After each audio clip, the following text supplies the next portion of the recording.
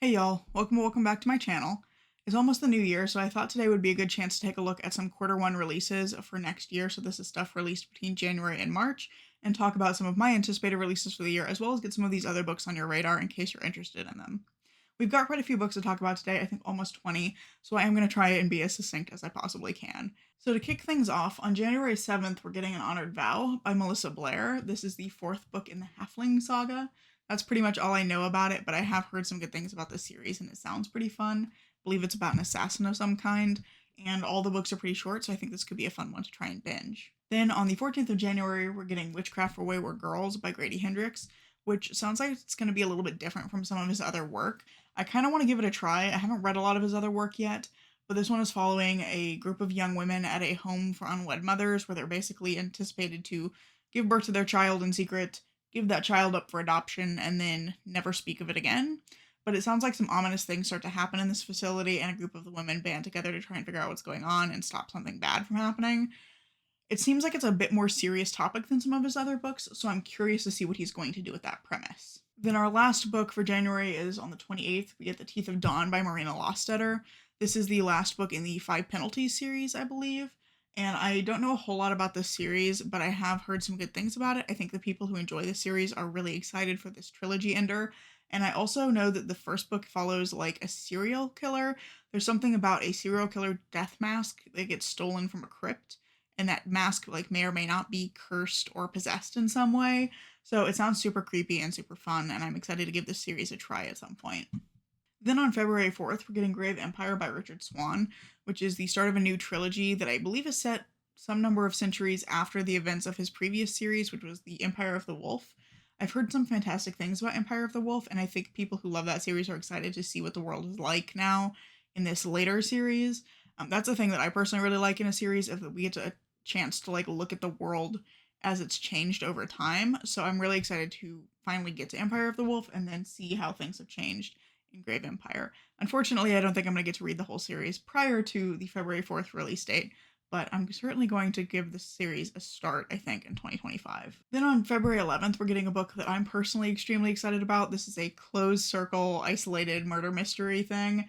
It's called You Are Fatally Invited by Andy Pliego, and this one is set on an island where a bunch of mystery thriller writers get together for an event, and one of them, one of our main characters, is actually plotting a murder when somebody else turns up dead, and it's not the person she intended to murder. So now she has to try and like solve a murder plotted by somebody who is an expert in plotting murders, while also trying to keep her own murder attempt from being discovered. It just sounds super fun. I'm really, really excited for this one. I love isolated close circle mysteries, and it sounds like it's going to be like very twisty and exciting. So I just found out about this one and I had to add it to the list immediately. Then on February 18th, we're getting Hungerstone by Kat Dunn. This one is a retelling of Carmilla, and I wanted to put it on this list mostly because I know that Carmilla has been seeing a lot of popularity recently, and I thought people might be interested in knowing that there is a fun sounding new retelling coming out. This one, I believe, changes some of the dynamics. I haven't actually read Carmilla, but my understanding of the original story is that it's a young woman and her father who are kind of the main characters, and then Carmilla comes into the picture.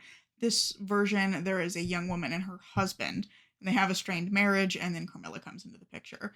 So I'm curious to see what that's like. I need to read Carmilla first, but again, I've heard a lot of people talking about Carmilla recently. I know it's a popular vampire book, so I wanted to put this out here in case you weren't aware there was an interesting new retelling coming out. Then on February 25th, we're getting Something in the Walls by Daisy Pierce, which is a mystery thriller I think sounds super fun. We're following a newly minted child psychologist who's like just become licensed and everything. She can finally take new patients on her own, and she ends up meeting this young girl who believes that somebody is living in the walls of her house, and her parents think that this is just something she's made up, that there's something else going on, but the child psychologist thinks she might actually be telling the truth. And that sounds super creepy, and I want to give it a shot because I've been enjoying like creepy house stories lately. So I'm looking forward to that one coming out at the end of February. Moving into March, the first book we're getting is The Thorns by Don Kurtagich on March 4th. We're actually getting a few books on March 4th, but this is the first of them. This one is about a woman who meets back up with an old friend from boarding school and has to grapple with their shared history. And it also mentions something about a imaginary creature that they believed they had left behind. So it sounds like this might end up being a little bit supernatural or something, and it sounds like it's going to be pretty spooky. So I do want to try this one out. I haven't read anything from Don Kurtagich, but I've heard several other people really like her work. Also on March 4th, we're getting Wild Dark Shore by Charlotte McConaughey. This one is by the same author as Once There Were Wolves, and it seems like she tends to write these mystery thrillers that have kind of a science-y nature aspect to them. This one is following a family that live on an island near Antarctica that was a research facility, but now it's pretty much just them. They're there as caretakers, and they're getting ready to leave the island with the like seeds that were left there by the researchers.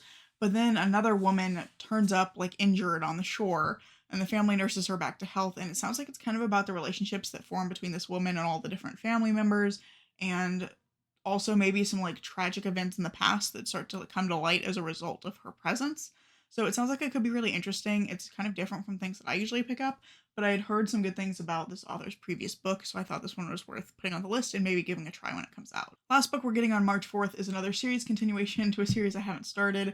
This is Oathbound by Tracy Deonn, which is the third book in the Legendborn cycle, which is a series I've heard fantastic things about. I don't really read a lot of YA these days, but I am going to try this series because I've seen so many people love it. Moving on to March 11th, we have two books coming out that day, and the first one of them is one that I am super excited about. This is the end of a trilogy that I'm currently caught up on. That is one of my favorite series. It's The Cemeteries of Amalo, and this is The Tomb of Dragons by Catherine Addison. This is a series that follows a character from the Goblin Emperor, but kind of after the events of the Goblin Emperor. This is Thara Kelleher. He is a witness for the dead. He's able to like speak to the dead, and he solves mysteries. That's kind of the whole thing. It's a very fun series. It's a little bit detective-y. There's some moments that are almost kind of Witcher feeling. I just really enjoy the series. It's so much fun. I love Thara Kelleher. And this book is going to be dealing with the fallout of book 2, where there was a pretty big change in the status quo for Thara Kelleher. And I'm really interested to see where the story is going to go in this kind of end of the trilogy book. I'm kind of sad the series is ending, but at the same time, I'm extremely excited to be getting this third book because I want to know how everything is going to play out for Kelleher. He's just one of my favorite characters, and I'm really invested in what happens to him. The other book on March 11th is The Sea Eternal by Emery Robin, which is the follow-up to The Stars Undying. I believe this is a retelling of Antony and Cleopatra, or like a retelling of their lives, or possibly a retelling of a Shakespeare play. I'm really unsure. I actually have an ebook of The Stars Undying, I just haven't gotten to it yet, but I've heard kind of mixed things. I don't really know what to expect with this, but this was another one where I think people who loved the first book are really excited for the second book to come out. Then on the 18th, we're getting, again, several books. I think there's 4 coming out on the 18th, but the first one is the end of a duology that I'm enjoying. So we're getting His Mortal Demise by Vanessa Lee. The first book in this, The Last Bloodcarver, I thought was really solid. It's a YA fantasy. Again, I don't read a lot of YA, but this was one that had a really interesting sounding magic system that I wanted to see how it worked. This is a kind of medical magic system. It was so fun. The first book is just a really good time. I think the villain is really obvious. There's like some weirdness with the romance in it because it just feels like very abrupt.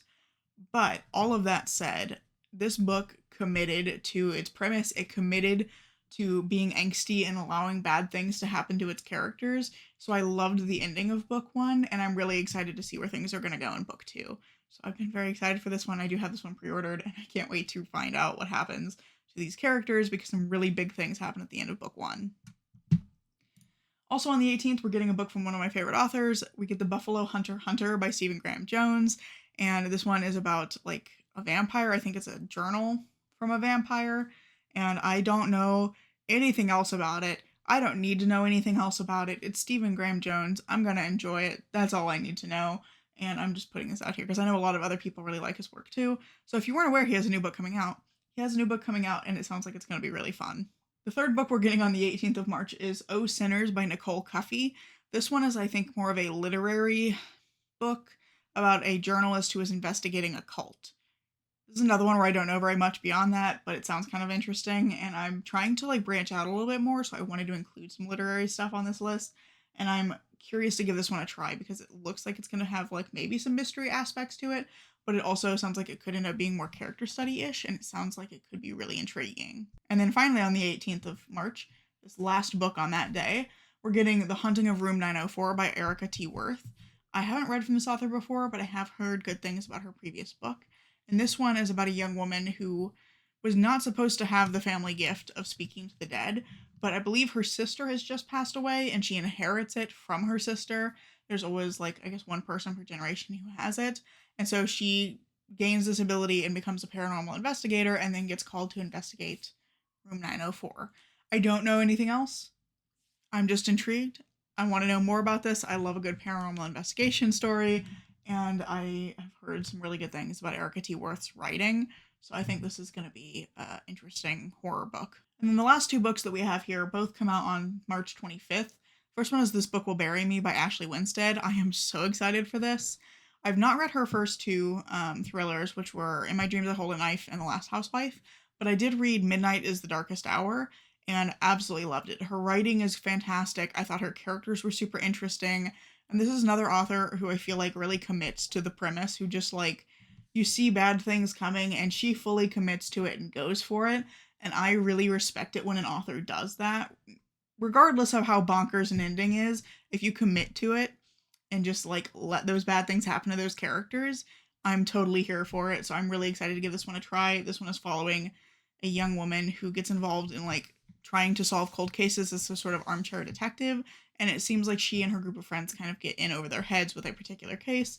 And now some amount of time later, the like true story of what's happened during this case is coming out. And then our final book that I want to mention is Blood on Her Tongue by Joanna Van Veen.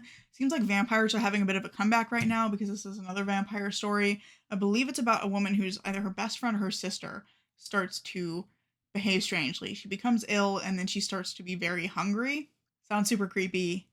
I don't know what to expect here, but again, vampires seem to be having a comeback and I'm totally here for it.